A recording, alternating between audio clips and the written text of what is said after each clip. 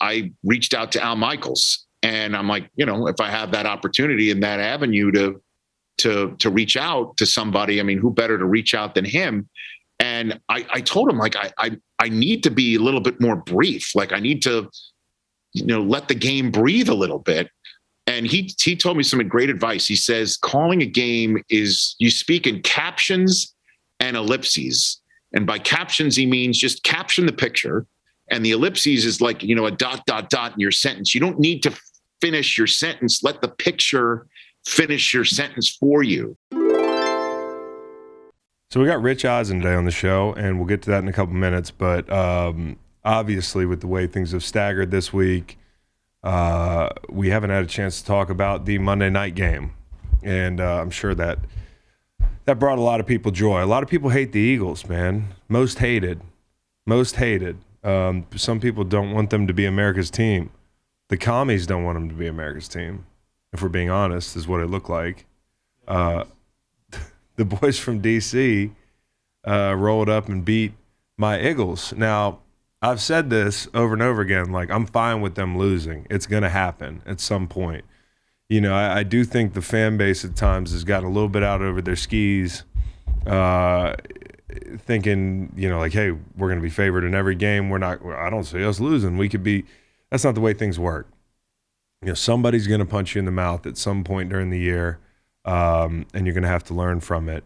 And that team last night was the Commanders. And I warned everybody about, I hope you didn't bet the Eagles. These big lines are not covering. Don't do it. Okay, we saw it with Kansas City and Tennessee. We saw it with, did Jacksonville cover this weekend? No. No, they didn't. 9.5, and it was 10. It was 10. So Kansas City remains the only team that's covered a big line, I feel like, all year, because the Bills lost straight out to the Jets. The list goes on. There's been a bunch of them that just buyer beware. The distance between teams is not as big as you think this year, right? Right. Like, so, and the Commanders are better than they were a month ago. They were better. They're better now than they were when Carson Wentz was starting. I mean, and that's part of the conversation is going to be, and people were already kind of having the conversation after the game like it is a conversation. And I preface anything I ever say about Carson with "that's my dude," but Carson the person's my dude. Carson the football player. It's my job to analyze the game, and I don't think he gives you as good a chance to win right now as Taylor Heineke, who, make no mistake about it, he's going to throw the ball into triple coverage sometimes, right? He's gonna throw the ball into 3 Vikings and an official, and just hope that the official gets picked. But he's also going to make beautiful throws like the one he made to McLaurin on the sideline last night. He's also going to get out of trouble. He's going to make heads-up plays like the one he made at the end of the game last night, not taking a sack, not burning that ball into coverage. And more than anything, I think he gives you a belief. He gives your team a belief. I think that belief is so important. Like leadership, that's kind of this moving target, and we all have different definitions for what a leader does and that sort of thing. But Taylor Heineke is one of those players that being around him, you can tell makes you think that you can do anything, even if it's not necessarily true. Like, the truth is, are the Commanders Super Bowl contenders because they beat the Eagles last night? I don't know about that, but those guys, every time they take the field with Taylor Heineke as their quarterback, believe that they can win that Sunday. And you saw that or that Monday night. On the plane afterwards, everyone's Yep. giving their chain. Everyone's excited. He's holding a Busch Light, and the team's around him and excited. Chase and Young. even go back to Chase Young. What was it, a year or two ago? Yeah. And Chase Young turned around and pointing at his jersey after the win. This team rallies around Taylor. They love him. You could see it in the interview after the game. I stayed up and watched, Midnight Sports Center, and I'll say it one more time. This has been a long week here. It was really helpful to have, and it was instructive to me, like, I'm going to come in and get to work and provide other people a distraction because Scott and Steve provided me with a distraction. I watched that show last night and really sank into it and watched Terry after the game, listen to what he had to say. And Scott did a really nice job with that because Terry, he put him on the spot. He was like, hey, Carson's coming back. What do you think? Now, Terry didn't answer the question outright. but he kind of answered the question. And I don't like putting words in people's mouths because I'm not going to, I'm not attributing a direct quote to this cat, but my Terry McLaurin translator was like, yeah, no disrespect to Carson, but this guy, how could he not be the guy right now? And 200 words on why Heineke's great and 7 words on why we've got an opportunity to win with whoever's under center. You know what I mean? 200 words on Taylor Heineke, 7 words on we can win with anybody. So I you can see it in the way people talk about him. You can see it. And he's a little guy. Did you see him sitting next to Chase Young? Chase Young's also enormous. Yeah. So one thing about Chase Young, we saw him at the NASCAR race. He was just towering above everybody. And I don't think he could be described better than Stanford Steve saying a Greek god, just a chiseled Greek god. Yep. And Taylor Heineke's a pretty average-looking guy in pads, but what he gives you is anything but average out there. And so I think it's easy to forget that he went toe-to-toe with Brady for a long stretch in that playoff game a couple years ago. And he's a guy who's patient. He's patiently waited his turn. He doesn't seem like resentful. I'd be resentful if I were him. He's patiently waited his turn multiple times. Yeah. He almost beat Brady in Brady's Super Bowl year in Tampa Bay. And then the next year they were like, well, you're a backup again. Yep. And then the next year after that, after he came in and performed as a backup to replace the starter. And then this year, same thing. Hey, is he the new Ryan Fitzpatrick? It almost seems like is he the new Fitzy? Fitzy came to Washington and anointed him. Yeah. You're my successor. Yeah. No, honestly, because this guy, he just has got that kind of it factor. I know some people, it drives them crazy to hear people overhype players because they're well liked or whatever, but the cat is well liked, and that goes a long way in that building. Guys play for him. And I want to say this about Scott Turner, because I have questioned Scott Turner's resume. I didn't know that he, I alluded to the fact that, his dad helped him get that job. I mean, how it is with these coaches, a lot of times the nepotism and kind of the it's who you know type thing. And again, how he got the job is one thing, but what he's done with this job in spots, I was really impressed with what Scott Turner did last night. And, their game plan coming in, and not just to mention Scott Turner, but also Ron Rivera. How can you not talk about that game Monday without talking about Ron Rivera? I mean, he could say all of 4 words after the game. My mom would be proud. And then he had to walk out and leave the room after he got the game ball. I guess he lost his mom this week.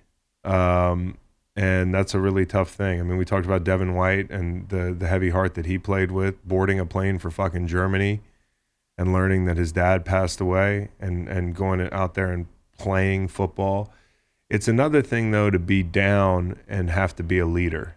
I think that's a heavy burden. He doesn't have a choice. He can't check out. He can't go to his room and be alone. He can't. Being an NFL head coach, you're responsible for everything, and you're responsible for the vibe on the team. You're responsible for the game plan. You're responsible for delegation. You're responsible for the travel decisions you make. And there was no hiding for that guy this week. And for him to go out there and coach the game the way he did, that's why he's well loved. And that's why you could tell the players after that ball game really think the world of him. And this is a guy that we kind of left for dead a month or 2 ago. I mean, how much has changed for this team? So I think you got to tip your cap to Taylor Heineke. I think you got to tip your cap to Scott Turner. Time of possession was ridiculous, dude. Stairway to Heaven's longer than if I turn Stairway to Heaven, is Stairway to Heaven longer than 6 minutes 11 seconds? I think it is. Yes. That's how long the Eagles had the ball in the first half, I think. Yep. So what is Stairway? Like 6:38 or something? So needless to say, it's not ideal when your quarterback can't get into rhythm. And although Brian Robinson 8:02. 8:02. Is Stairway to Heaven. Well, it feels like 6:38 because it's so fucking good. Yeah. But so some people think that's. What was the Wayne's World thing about when he went into the guitar shop and he was like, no stairway, denied? Does that mean that like back in the day, people would just go in there? Was it a fact that it was overplayed for people? Okay, it was not overplayed for me, and the Eagles having the ball for 6 minutes is just, I cannot underscore how important that is when you're playing a team that you think is better than you and has a lot of weapons offensively. You got AJ, you got Dallas Goedert, who's now hurt. You have a whole host of weapons out there. Devontae Smith, you want to keep them off the field. You want to keep Jalen Hurts out of rhythm. This is a way to do it, and they did a masterful job, especially considering it wasn't like they were breaking off a lot of explosive runs. They just stuck to the game plan, and especially considering a fumble on their first drive, the Eagles go down, and they're down 7 points in the first couple minutes. Not what you expected. You wanted to come out, punch them in the mouth. Instead, you stumbled and got punched yourself. And 12 of 21 on third down, and you let the Eagles make the big mistakes. I mean, you talked about a fumble the first possession. You're probably not supposed to win a game where you cough up the cookies on the first possession and the team that's favored by 11 goes in and scores, right? But very resilient. We saw that a couple weeks ago when Tennessee walked into a beehive in Kansas City, and they're up 9-0, and they are just, I mean, the crowd's going crazy, and you're like, this is a hostile environment, but they found a way to battle back, and that's what this team, has got in them, and it starts with the head coach, and it's all that head coach and the quarterback. The personality of this team is really good. That's why I wouldn't fuck it up right now if I were them. So a big win for them, and there were some bad calls. Okay, so Eagles fans listening, they're like, well, the face mask. And I do think face masks should be reviewable on turnovers. I don't think it's too much to ask. Guy's neck's sideways. It's hard to hang on to the ball. You're kind of worried about your fucking neck, your head coming off your neck. It's a bad feeling when somebody's got the side of your face mask. They missed that call. There were other calls they missed. The Eagles also got bailed out a little bit on that pick play on 3rd and 8 or whatever it was late in the game. I thought I agree with Troy Aikman. I thought that was and people are going to complain about the BG call.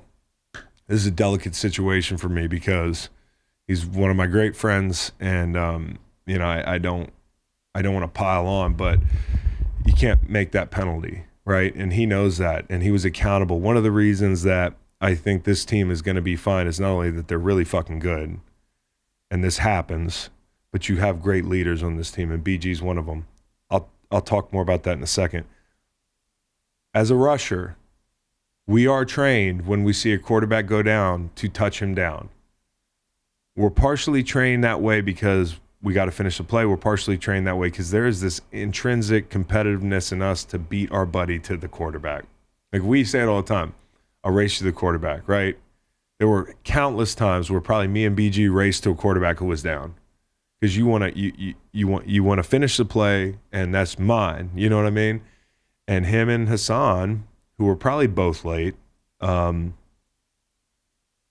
the letter of the law, that's a penalty. And I know some people were saying in the first angle, to me, I was like, that's ticky-tack. I was with everybody. But then when they showed the play behind, and you could really see BG plant his foot and take 4 steps, redirect on the second step, put his foot in the ground, all after Heineke had hit his knee. Like, by the letter of the law, that's the right call.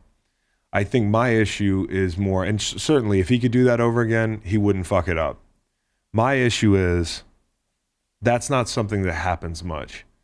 Quarterbacks don't take knees in the pocket a lot. And would it have happened to me? Maybe it would have happened to me. And I'd be sitting in BG's situation the next day with other people parsing my decision. So I'm not above making that mistake. It never happened to me. I never saw a quarterback take a knee abruptly on what might be the biggest down of the football game. When BG gets in his stance on 3rd down there, you're thinking, this is my fucking opportunity to make a play to save this game for us, as he's done so many times before. And as pass rushers, we cannot wait for those opportunities. There's nothing like a 3rd down when you have an opportunity to change the entire game in one play. And I think he was just so in that mode that he wanted to finish that job. But Taylor Heineke taking a knee is a problem. Okay, it's the right call, but it's a problem. And that's a wrinkle that the NFL should look at. If a quarterback wants to go down, he's got to forcefully throw himself on the ground.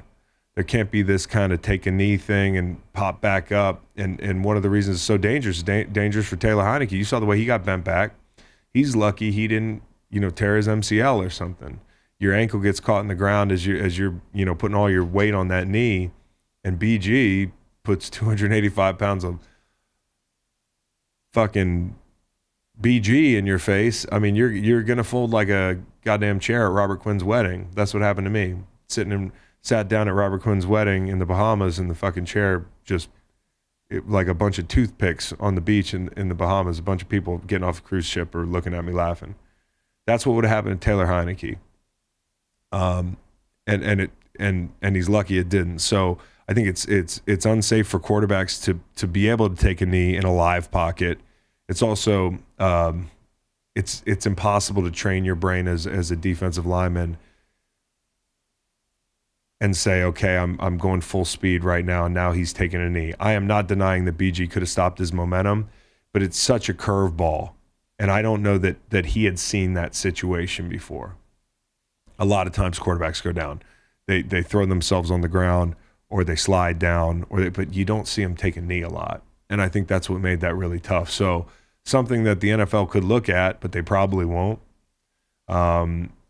Because this is a tough way for the game to end objectively. And I'm not saying the call was wrong. I'm not saying BG shouldn't have been smarter. In fact, he easily could have stopped his momentum. People that say he couldn't have stopped his momentum, they have too much confirmation bias. I'm sitting here, I'm telling you, he's one of my good buddies. It's just a tough situation to be in. So the BG play, BG didn't blow this game. Quez Watkins didn't blow this game.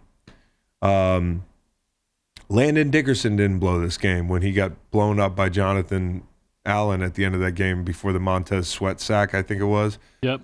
That was one of the most big boy rushes I've seen all season long. My God, they did not make a big enough deal about that rush.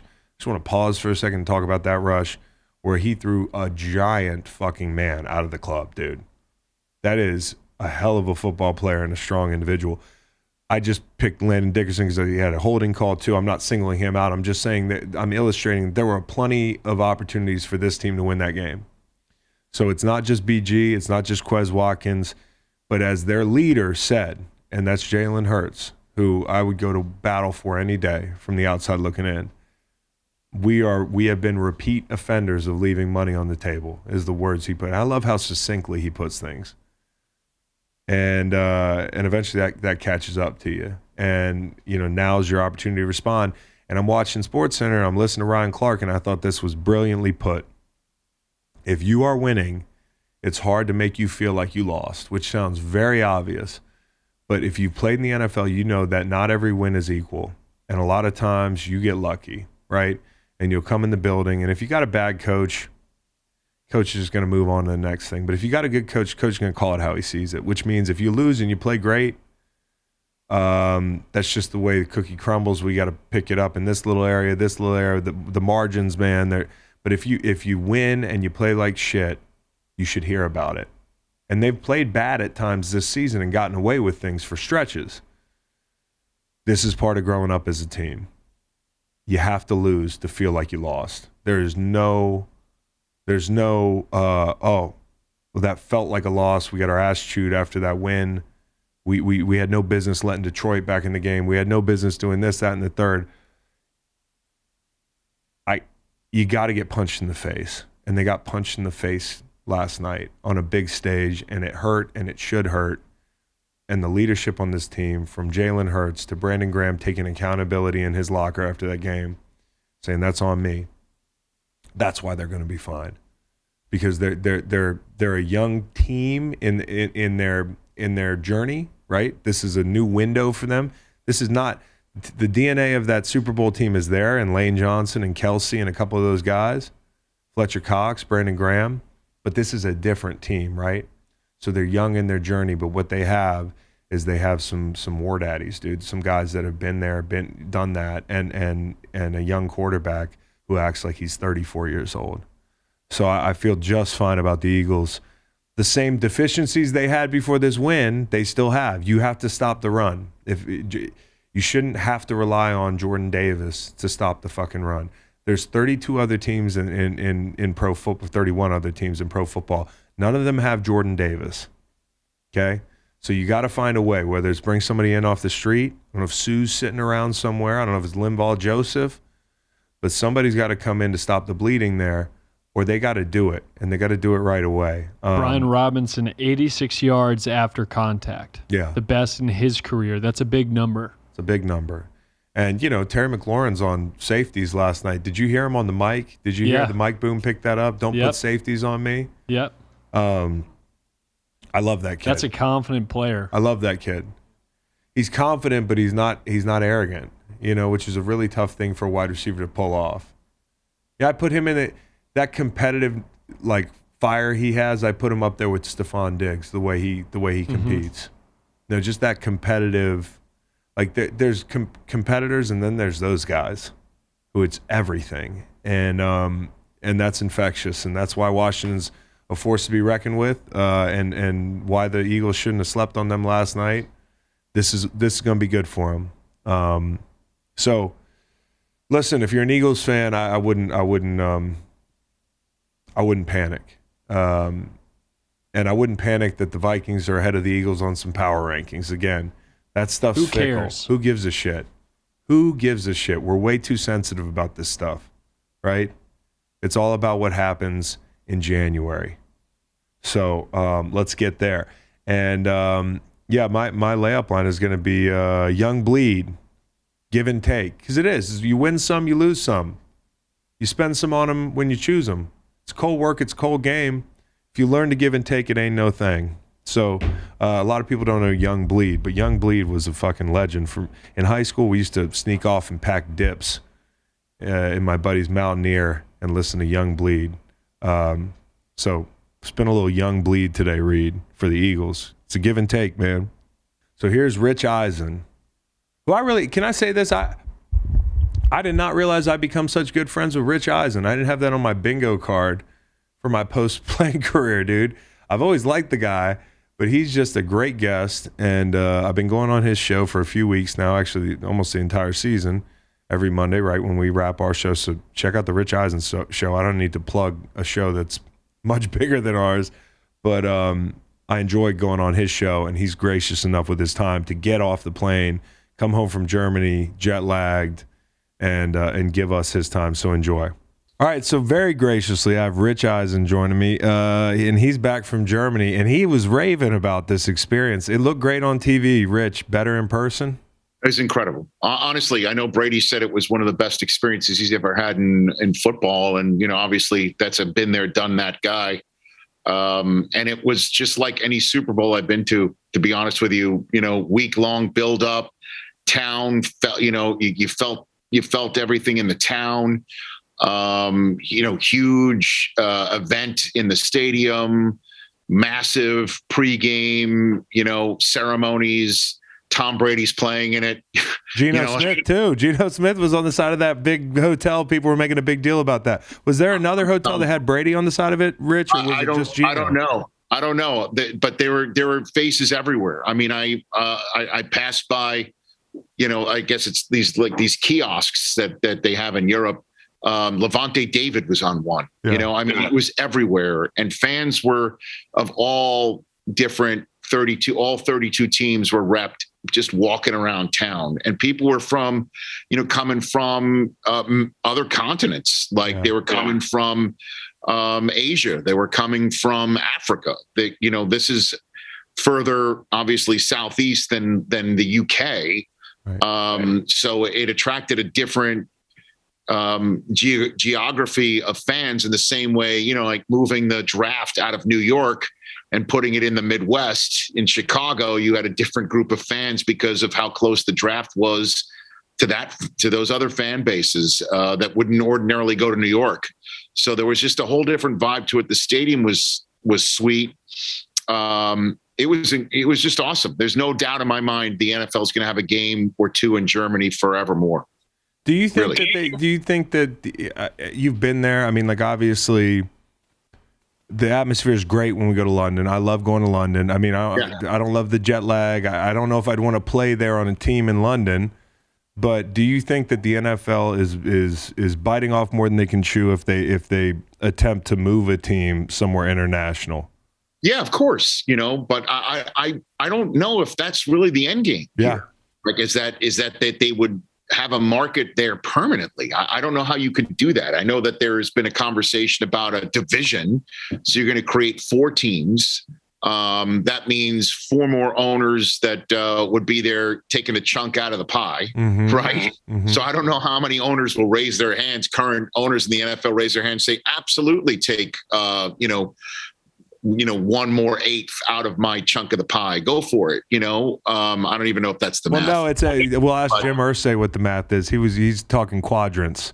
They're in the they're in the upper quadrant of the upper quadrant. Whatever the hell that means. I don't know. But I'm so jet lagged right now. I can't even stand. But I'm a 53-year-old man with a lot of shit going on. So by the way, that's not personal. I've got but I'm really just whacked out right now, and God bless Russ saying that, he doesn't get jet lag. I don't know what human being doesn't. I mean, it's significant. When you go over there, it's really hard. And there's a whole strategizing that goes into hey, if I'm a head coach, I got to decide which day we go over there, how we want to acclimate guys' circadian rhythm. Guys are talking about Jeff Fisher took us over there and we weren't allowed to go to sleep. We got there in the morning.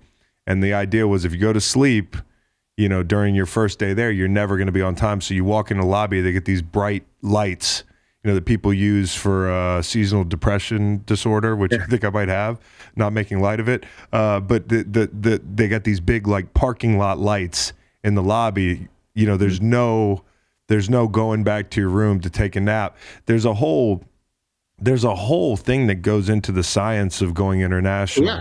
And so it's interesting to see how teams do or don't do things when they go over there. I was walking with Pete Carroll from the practice field to, the office space where we would have our production meeting. And he was talking to me about how they have a whole sports science staff that mapped out when they should leave and what they're going to do when they arrive. And they went from the airport straight to practice. Yeah. And then after that, they went bowling to celebrate Drew Lock's birthday. Because they wanted to keep everyone up. Didn't we all? Drew Lock he loves bowling apparently. And they found God bless Pete. He found a Munich lanes for them to go bowling in to stay up another few hours. And the Bucks arrived the next day because, they're from the East Coast. I mean, Seattle traveled 9 time zones, man. That's serious business. And I have no idea what, caused the game to go the way that it did. Cause I saw a Seattle team that was wired at practice. They were locked in and music was blaring, and the Buccaneers were a totally different vibe. And they were the Seahawks were like Pete, chomping gum, bouncing off the walls and stuff, and coming in on a 4-game win streak. And the Bucks were all man, nothing's really worked the way that we wanted to this year, but it was a great way that the game against the Rams ended. And if we can get to the bye week at 5-5 and come back healthy, who knows what can happen? And that's the team that wound up winning and having the more dominant game. It was amazing. It really was. You called that game, and I thought I texted you to tell you this. I mean this. You're good at that. I mean, Thanks. You doing the play-by-play stuff. It's such a different skill set, right? Yes. Than doing this.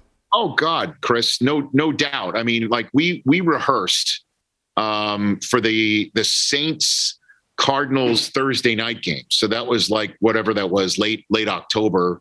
And all 4 of us, we went into some studio with a green screen behind us and mimicked what the setup was going to be like. And I've done it before, but I haven't done it in 3 years.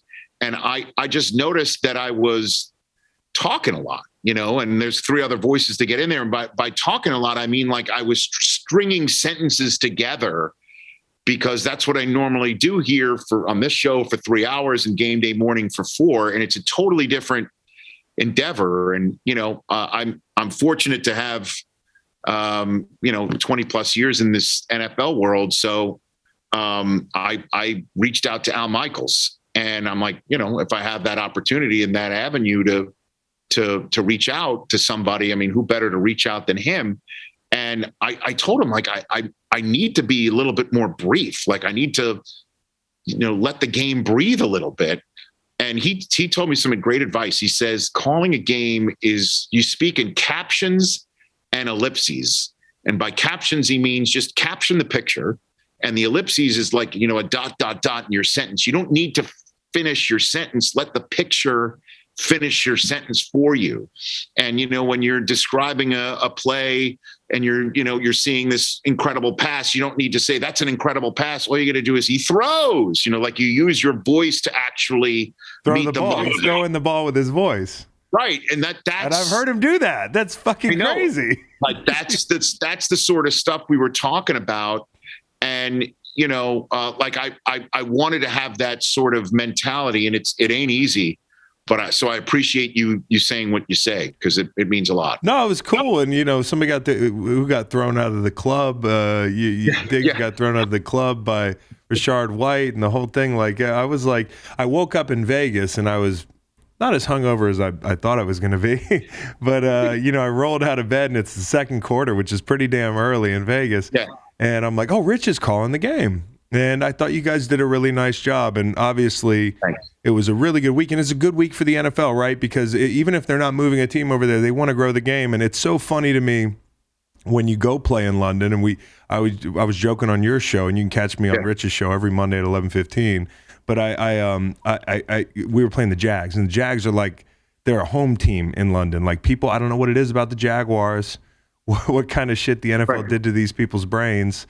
Subliminally to make them Jaguars fans, but they love the Jags. There's also a lot of random jerseys littering the stadium, as you alluded to, and I was wondering, was there any? Did you see anything you didn't expect? Like, I saw a guy in a Brady Quinn jersey. In the bathroom in Vegas at the sports book. And I was like, oh, this is interesting. That's not what I expected to see. Was there a team or a jersey representation that was weird for you? Yeah, I didn't see like an old school one. If I'm not mistaken, I think Waddle wears the same number that Tannehill did there in Miami. And I think I might have seen a Dolphins Tannehill jersey. Yes. I may have seen that. But and in terms of the Jaguars, they have a UK following there, and now that Shad Khan owns the team, he owns Wembley. So that's why they play in Wembley and not Tottenham mostly when they go over there. But I do believe Brady. I had the stat written down on my board. Whatever the piece of paper is that the oak tag or whatever you want to call it, that you have all your information on. And players, I wrote down on it. I believe Brady did, in fact, throw for the number of yards that he needed to pass Blake Bortles for the most passing yards in the history of international games. That's good. Oh, yeah. And they love Blake over there. And the Jags are really popular in the UK. But what I found out was that Seattle is the second most popular team behind the Patriots in Germany. And they turned out accordingly, I'm sure. So and so they did, and I ran into two guys from Sweden who were, because I Instagram live I went to the beer gardens on Saturday. My oldest son had a school play, his school play, and so my wife did not make the trip because we were splitting up duties where I was doing the game. Otherwise she would have been in Munich with me. And so the reason why I bring this up is, she wasn't there, and I would just had, time on my hands just by myself. Yeah. And so we had already done our visit to Allianz on Saturday to just, see the booth, and we came back and I had 4 hours to kill. So I walked to the beer gardens and just like a kid on Instagram Live just to show, what's going on. And I walked through the beer gardens and ran into a whole bunch of NFL fans who are NFL Network game day morning viewers. They see it over there. Ran into these two dudes from Sweden who are big Seahawks fans. I bought them some Glühwein, which I didn't know existed, this hot wine. Hot wine. And yeah, man. I mean, so you were really sinking into the cultural experience. I was. And if I didn't have that meeting at 5 PM, I would have been doing what everyone else was doing, which is drinking huge ass, steins with undertows worth of beer, at 12:30 in the afternoon. And Germany Jet fans and Germany Patriot fans, and seeing them from all over. They're diehards. They really were. They knew the sport, and they, it wasn't one of those games where, where a timeout's called, but there's a big play and you hear a big scream like they think it's really a touchdown. They were on it. Like they were really on it. They knew the game, and they knew cheering, and they knew what the calls were. And sometimes in some London games, you would get the sense that they're kind of still picking up on it. And I know that London fans might be offended. Issue with that. And they're a diehard Irish NFL fan as well. But the German fans were really on it, man. They really were. That's awesome. And a great day for the league. Like, good day for the league internationally for multiple reasons. Number one, because Tom Brady looked good and the Bucs looked more relevant. And I thought this was really interesting Sunday, and I wonder what you think about this. The NFL's been down this year. Like, objectively, the quality of play, there's a lot of bad teams. Tom Brady said it. He's right. I mean, if you look at these slates, there are very few games between two teams with winning records. Now that's changing. Teams are rounding into form.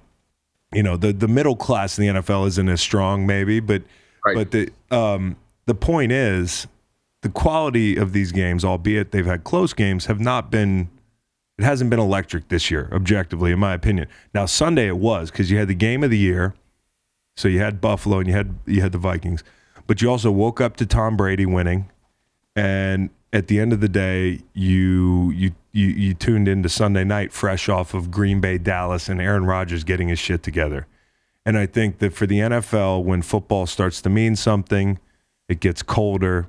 You can feel it, right? It's that time of year. To round into form this way, if I'm Roger Goodell, I probably feel very good about this past weekend. Yeah, and in between the Munich game and the Packers and the Cowboys was Bills Vikings, which was just dynamite. And the Justin Jefferson catch, the Dalvin Cook run with the Justin Jefferson block, great block. And then the Bills getting a stop on 4th and inch to win the game if they only could, get their victory formation out of the end zone, or at least in Josh Allen's hands. And that was a dynamite game, but certainly because the Vikings are a team that I don't think anybody saw coming to be 8-1 and on par record wise with Philadelphia, which also got shocked on Monday night. It was a week of unforeseen results, exciting action, and I understand that you're saying that the game was down and the league I guess is down, and I would agree with you. But it's also wide open. I mean, there's a third of the league. You could throw out a team, and the two of us put our heads together and show why they could potentially win it all, from Miami to Cincinnati to the Ravens to the Cowboys and Giants to the Seahawks to the Bucs, Vikings, just to name a few. Obviously, the Chiefs are one. You might be able to throw obviously the Bills are one. You could throw even the Jets potentially and the Titans in this mix if you want. Let's throw the Jets in there, Rich. Let's throw the. I don't know. I still, again, and that's part of the reason why the league is, down as well, because we're not talking about Zach Wilson as a top 15 quarterback. The Jets are a top 15 team, but their quarterback is not. You could say the same thing about the Giants as well. And that's part of the reason why I think the league is down. And I'm waiting to find out, are we ever going to see the college football world, since college football is, their offenses are now all over the NFL. And that is something that Brady and Kurt Warner talked about in our production meeting. is how the game has changed over the last 20, 25 years and how college football offenses are now in the NFL more than ever before. And I'm just waiting to see, because you see a ton of great quarterback play in college football. Will we ever see a season where 24 of the 32 quarterbacks in the NFL are top-notch starters? You still don't see that. You don't see it. The bottom is, yeah, you're right. It doesn't seem like it goes that deep. And this year, I think we're seeing it over the course of a couple of years, whether it was Drew Brees or Phillip Rivers or Matt Ryan. Well, he's revived now, but he was left for dead last week. He's another borderline Hall of Famer guy. You have Brady. You have obviously Rodgers, and the power vacuum that leaves, the entertainment vacuum that leaves, where two games. It's kind of like when there's an international game, you can feel how it's like the 1 p.m. slate is much lighter. So the absence of one game creates a totally different feel on Sunday. I don't know if you noticed that. Like when it's around the holidays and the games are less, like I can focus on all the games better. The same way that affects the slate from a standpoint of what you got on each TV. Not having two of the greatest players to ever play the game, playing good football and good teams, really creates a bit of a vacuum. And I think it's nice if they round into form for the league, and for all the reasons you just mentioned. Some of the best teams in the league are not quarterbacked by the best quarterbacks, and so it is hard to call this year. And I think it'll work itself out in November and December. But to this point, I have not enjoyed some of the football I've seen, and Tom was very, very right to point that out. And I want to. You said production meeting with Tom Brady. Do the production meeting right here. What's that like? Sitting in a production meeting with Tom Brady. Amazing. Just great. Todd Bowles was in there first and Brady just walks in. Normally, the quarterback doesn't just walk in. Yeah, right? They wait in the quarterback hall. Wait for coach to be done. Yeah. And I'm not saying that that's not, any sign of disrespect from him to Bowles. He had nothing but great things to say about Bowles, but it's just okay, he just walked in and sat in the corner. And then it was just okay, thanks coach for being here. Yeah. And at least that was my sense of it.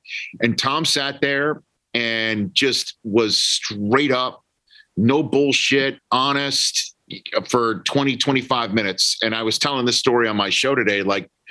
Obviously we let Kurt take the first question, quarterback to quarterback, especially since, Tom's first Super Bowl win was over Kurt, which is something I also said to Kurt at one point. I'm like, can you believe it's 2022 and the guy that prevented you from winning your second is still playing? It's really wild.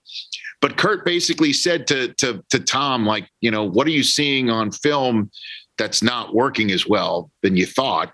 And Tom kind of gave Kurt this look aren't you watching the same film I'm watching? Right. And it was, right. and then proceeded to be honest about what's not working. And it was almost everything. And you could see that Brady was bristled a little bit, disappointed, but also really engaged. He wasn't checked out. And I know that there's, some people have used the word disinterested with him this year. He was not checked out at all. He was checked in, and also just bristling. He's not 4-5. That's not Tom Brady, ever. And the question was, that I was sensing throughout this is, does he think that the answers are in that room? And I got the sense as we were going along that he did think they were in that room, but maybe was, at least the sense I got, knowing that it was still an open question whether the answers in that room would actually hit. Yeah. And he was talking about, though, and the same thing from Leftwich, was that they were close, and that the last 44 seconds against the Rams was an indication that the corner could be turned or had been turned. And man, it was, the team that I saw on Sunday, they couldn't run it worth a lick, and they kept running it, and they ran it down Seattle's throat. Yeah. And they couldn't stop anybody running it either. And they stopped Kenneth Walker cold, and Brady was winging it, man. Like he looked 25, not 45. And he also looked that in person, I mean, honestly, nice. Yeah, it's nice to look that way. I know that, but I mean, I was seeing him from afar on TV and he looked gaunt, not in person. And like I said, he did not look checked out, disinterested, dispirited. He was definitely a guy that's not used to being 4 and 5, but it was great. It was just great being a fly on the wall. And Gronk's not coming back. That's not happening. Yeah. And I don't know if Odell's, would consider going there, but I asked him again, and I said this on the broadcast, have you spoken to Odell about coming? He said he hadn't spoken to him in a long time.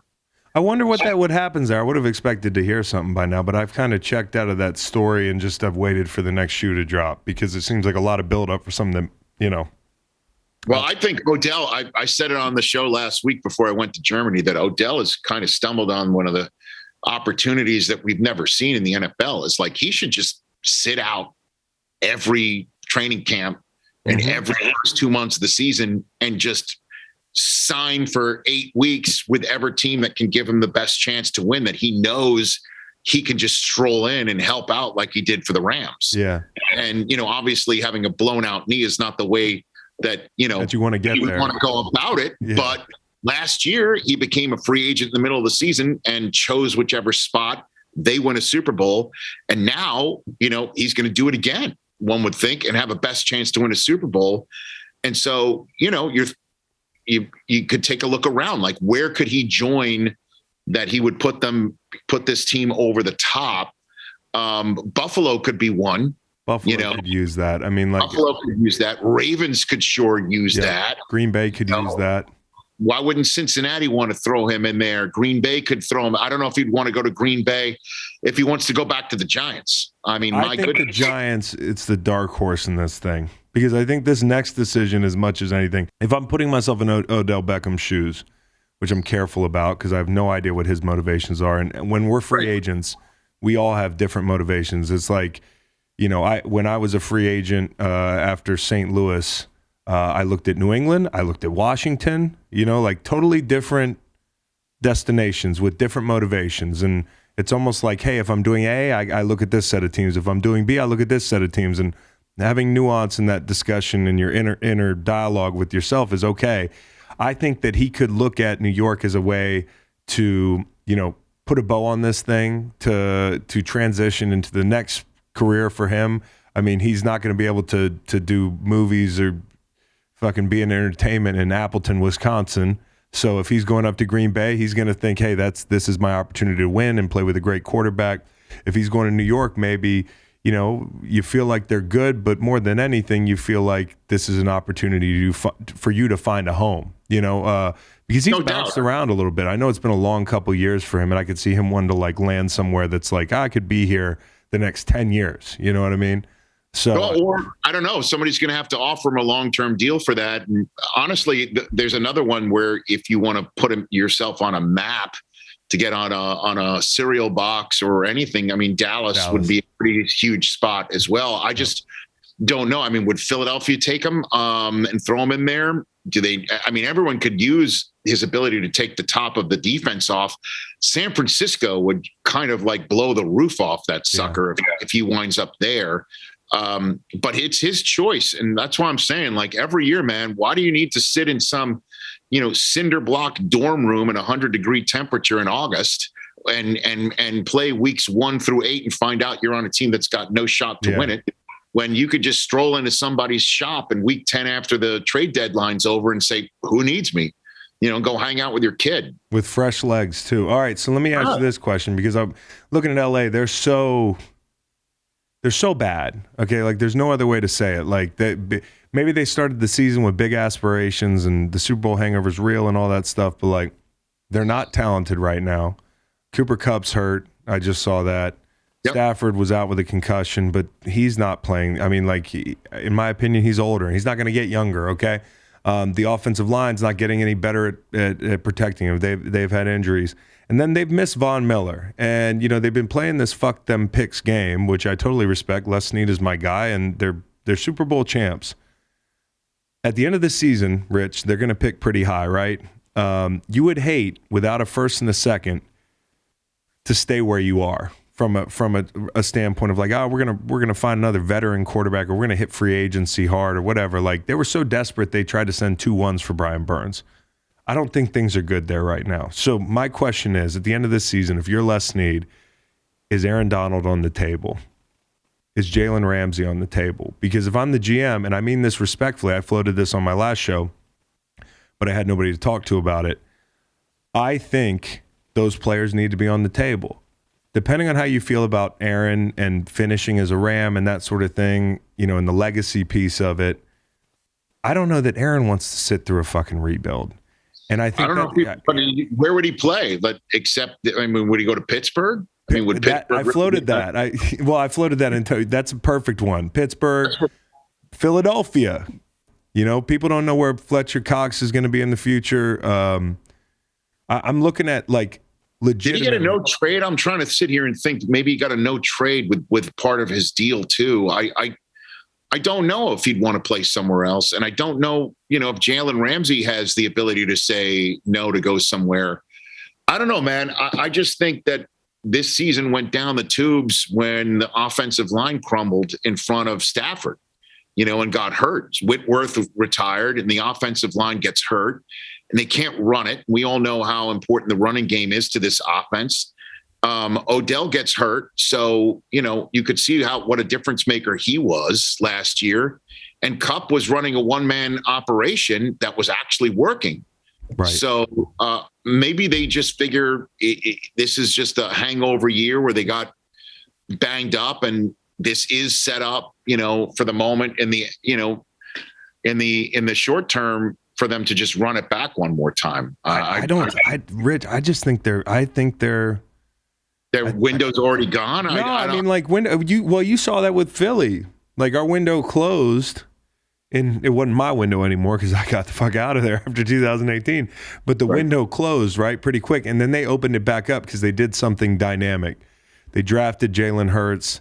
They hit on some picks. Like, they got busy in free agency. They invested in the linebacker room. They've invested in corners.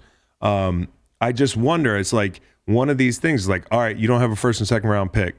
I can't imagine they're going to be able to build sustainably over the next couple of years, especially if Stafford's done, right? Or Stafford says, I don't want to do this anymore. I don't want to run this back, or they don't feel like he's the guy anymore. I do feel like they have to look at some of these really like outside the box solutions to recoup some of these picks. If you think about something like Philly's got New Orleans first round pick. Right. What does Philly need right now? I mean, they need a couple things, but they don't need a whole lot.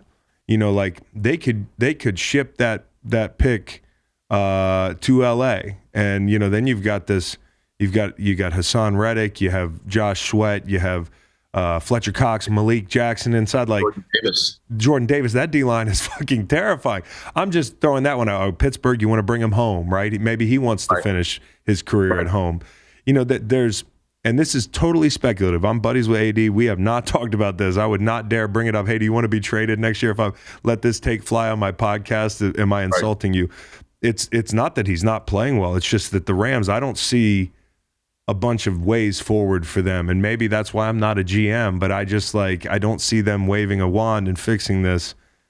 Well, certainly not this year. I mean, with Kupp, I don't even know what they're, who does it, their Rams are taking on the Saints, like in the Saints defensive meeting rooms. I mean, who are they circling saying, we're not going to let this guy beat us, And so, I mean, honestly, I don't know either, but I've been banging the drum. I'm, obviously Les is, great. And so is McVay. And I just think maybe they just say, this has just been a dreadful year. Hasn't been our year. Last year was.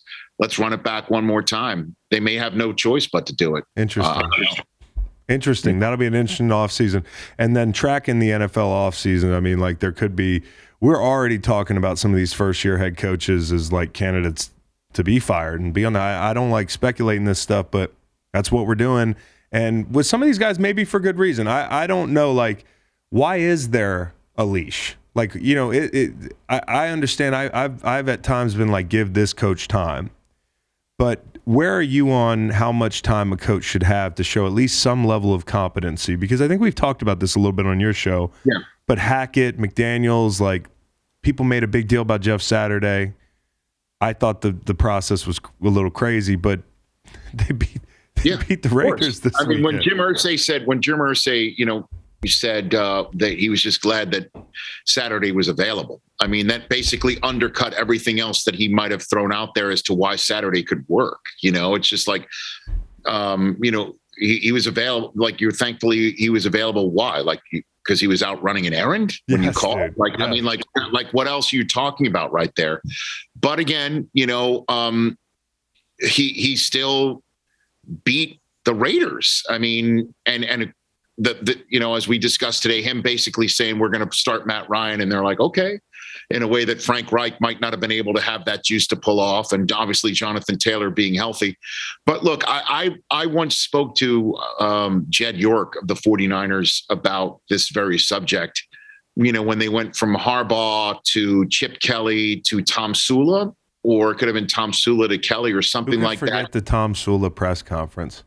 Right. And I mean, and when you one and done coaches, it really sends a message to the league, to anyone else, to free agents, to people in the locker room that that nothing's to be trusted, that nothing can be counted on. Right. So one and done in coaches is really, really difficult, and I would counsel against it. I really would, unless it's somebody like Urban Meyer, right? Where something is so egregious and the rest of the locker room can't move forward. Like, a total breach of trust has occurred, and coaches are revolting because the behavior towards them is revolting. Then outside of that, I would counsel patience. I mean, Nathaniel Hackett is a perfect example. Like, nothing's working. Like, they even came back from a bye week and the offense looked just as bad. I mean, like, normally you're supposed to come back feeling good about yourself. You just won a game going in the bye, coming out of the bye, new wrinkles, new, practice habits, schedule, the whole bit.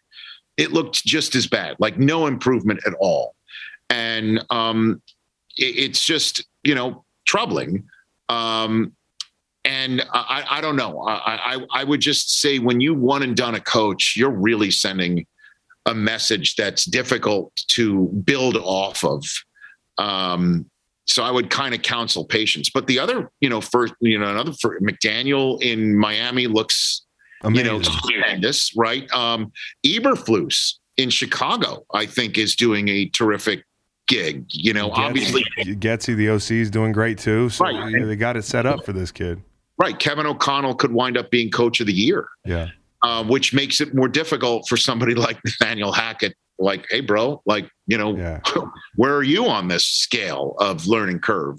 But then again, his problem is the team sold between him being hired and the season going in a way that nobody expected it. So they might come in, the Walmart family might be, sitting there in Arkansas, wherever they're sitting there in Denver, and, being at a dinner party, and somebody's like, what's going on with your coach? And suddenly that guy gets the dreaded vote of confidence and is gone.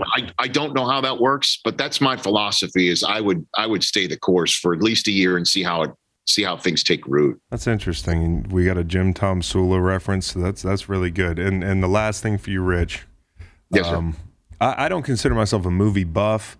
I do like movies. I've found myself later in life too fucking busy to watch movies, which is a problem. So I'm going to try to get back to it. And the other night, I was on the plane to Vegas, and I rented this movie that it's 99 on Rotten Tomatoes. It's iconic. I'd never seen it. It's one of those things you nod along with people because you're afraid to say you haven't seen it. Yeah. All right, One Flew Over the Cuckoo's Nest. Oh, yeah. It's one of the greatest movies I've ever seen, Rich. Yeah. It is. I mean, what a cast, too. I mean, Danny DeVito, you saw him in that, right? It was unbelievable, dude. Danny DeVito goes back in the day. Nicholson is incredible. Christopher Lloyd was in that as well. He was one of the people in the insane asylum. Yes. A guy named Brad Dourif, who folks might be fans of Deadwood. He was the doctor in Deadwood. He was in this. Wow, Rich. Wow. Yeah, man. He was the doc in Deadwood. He was in this, and based on the book. And Robert Parrish, I think, was nicknamed the Chief because of the big, tall Indian who played basketball. No way, dude. I did not know that. So when I heard Robert Parrish was Chief, I thought it was because he smoked a lot. I promise you, I thought it was because Robert. It could be that. I don't know. But it's the famed basketball, the scene of them playing basketball in the yard. It was the Chief who would run back and forth, big, tall center. What a scene.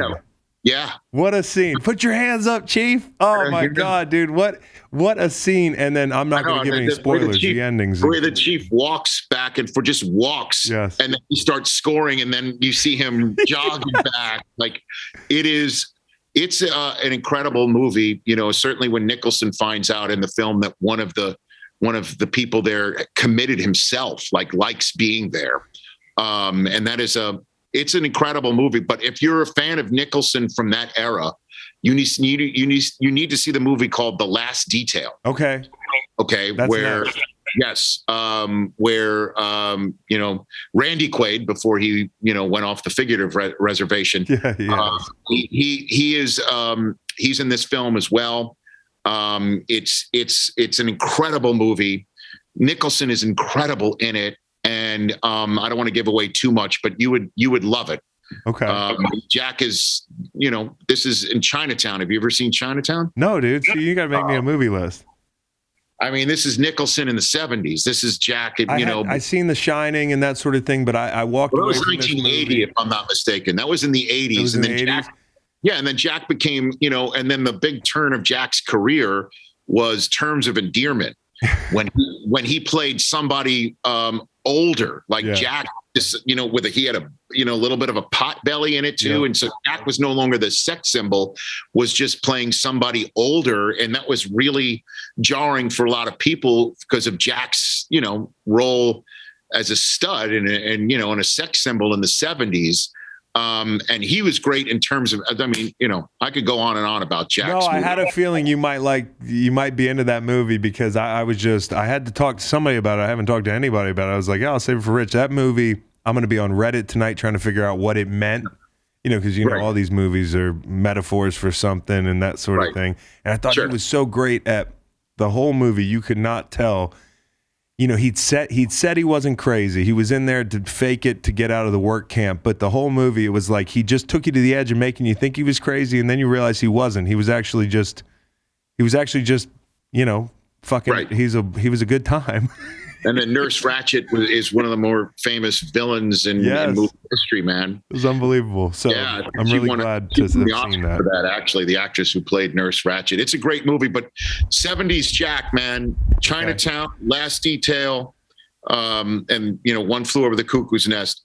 Those are just three for you. But Chinatown is really it's one of the all-time great movies, and you need to focus on it. You need to zero in because it's a dense plot about the politics of water in early Los Angeles.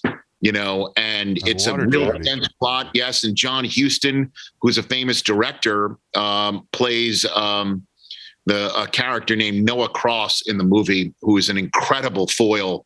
Roman Polanski is in it. I believe he directed it before he went a little crazy. And it's Faye Dunaway. That's the next one. I'm on it. It's on my list. So I got Chinatown and I got the Detail. The Last Detail. Last Detail. I'm on it.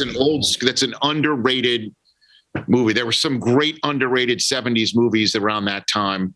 I could bend your ear about another, some Coppola movies too. You got to 70s movies are great, man. So you can't talk 70s movies on the bus with those fucking slouches. Will Compton, hey man, at least, but I agree with you. But hey, they created their own trophy for the Michigan-Nebraska series. That is so good.